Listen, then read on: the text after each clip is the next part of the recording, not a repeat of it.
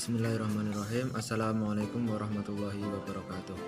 Perkenalkan, nama saya Muhammad Mustafa Fahmi dari kelas PAIE semester 5. Di sini saya akan mempresentasikan untuk pemenuhan tugas mata kuliah Studi Kebijakan Pendidikan Islam di Indonesia yang mengangkat tema proses pembuatan kebijakan pendidikan.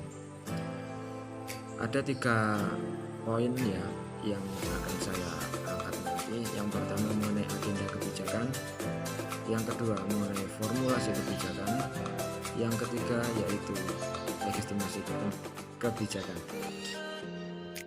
Sebelum membahas yang lebih jauh, di sini saya akan membahas terlebih dahulu apa pengertian dari kebijakan. Menurut pakar ahli definisi kebijakan, yang pertama dari United Nations yang mengatakan bahwa kebijakan adalah suatu deklarasi tentang dasar bertindak.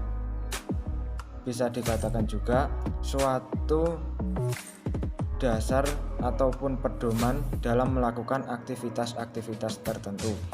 Dan yang kedua dari James E. Anderson yang mengatakan bahwa kebijakan adalah perilaku dari aktor, baik dari kalangan pejabat, kelompok, dan juga instansi pemerintah. Dari kedua pakar tersebut dapat ditarik kesimpulan bahwa kebijakan adalah sebuah keputusan yang dilakukan oleh seseorang sebagai dasar berpedoman untuk melakukan suatu tindakan atau aktivitas tertentu.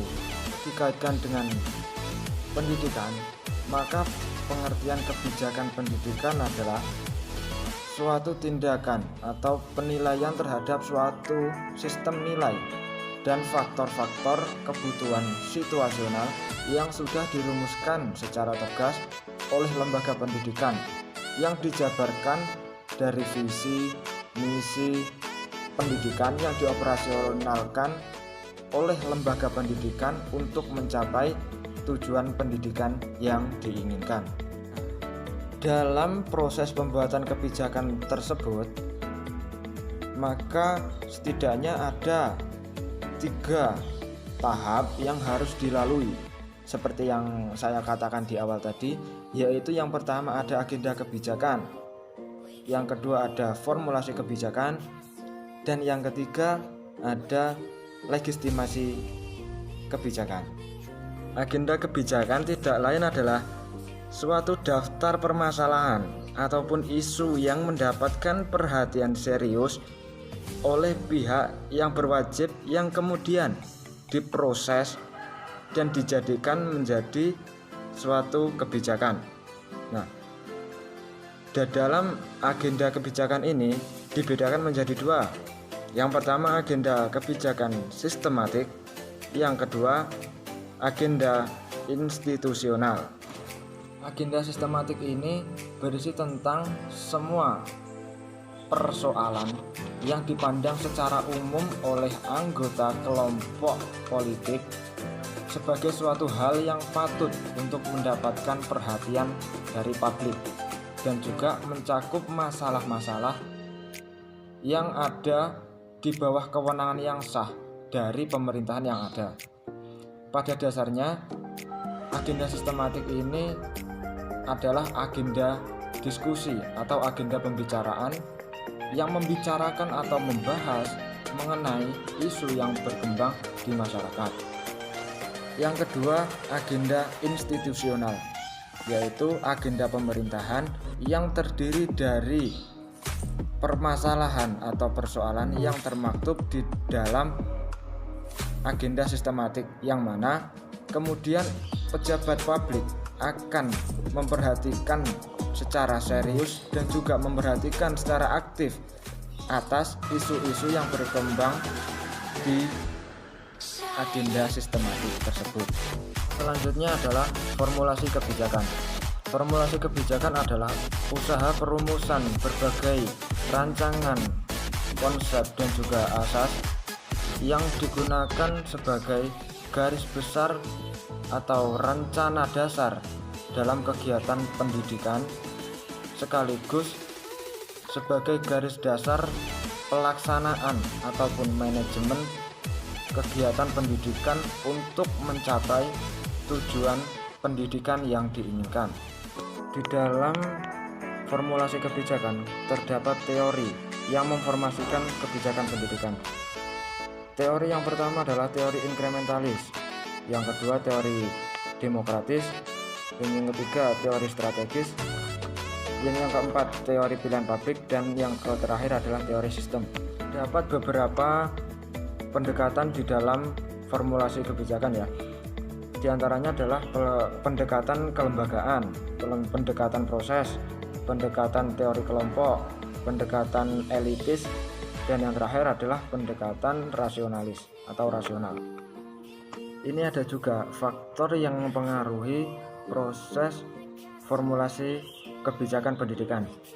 Di antaranya adalah adanya tekanan-tekanan dari luar, adanya pengaruh dari kelompok luar, adanya pengaruh dari sifat-sifat individu, itu ada lagi dari pengaruh keadaan di masa lalu. Baik, yang selanjutnya adalah tentang problematika dalam memformulasikan kebijakan. Itu yang pertama, persoalannya adalah pembuat kebijakan kurang menguasai tentang pengetahuan, informasi, dan juga persoalan-persoalan di dunia pendidikan, baik itu yang bersifat konseptual maupun yang bersifat substansial.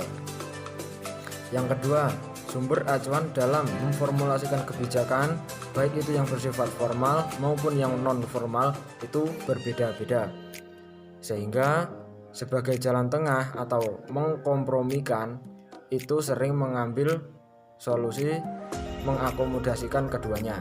Nah, pada kenyataannya itu malah justru membuat formulasi kebijakan menjadi tidak fokus, ataupun membuat kebijakan pendidikan ini menjadi tidak fokus.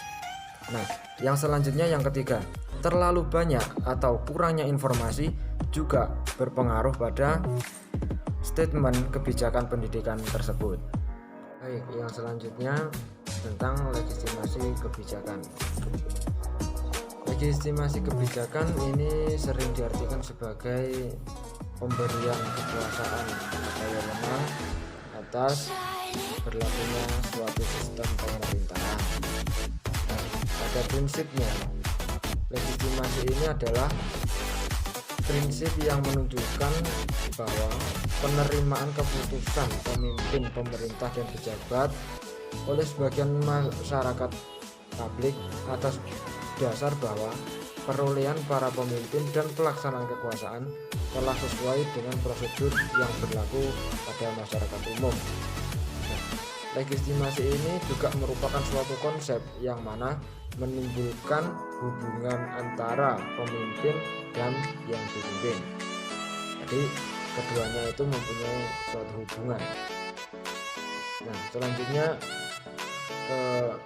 problematika juga ada ya di dalam legitimasi ini. Salah satunya terdapatnya resistensi dari luar, aktor yang kini tidak menjadi aktor lagi. Jadi pengertiannya resistensi ini berarti kan suatu ketahanan dari aktor yang sudah atau pelaku yang sudah tidak menjabat lagi ya. Jadi dia masih bertahan, yang mana itu menjadi suatu problem ya di dalam proses legitimasi kebijakan tersebut. Cukup sekian dari saya. Apabila ada kekurangan atau kelebihan dari materi yang saya sampaikan, saya mohon maaf yang sebesar-besarnya. Akhiran, wallahul muwaffiq ila aqwamit thoriq. Wassalamualaikum warahmatullahi wabarakatuh.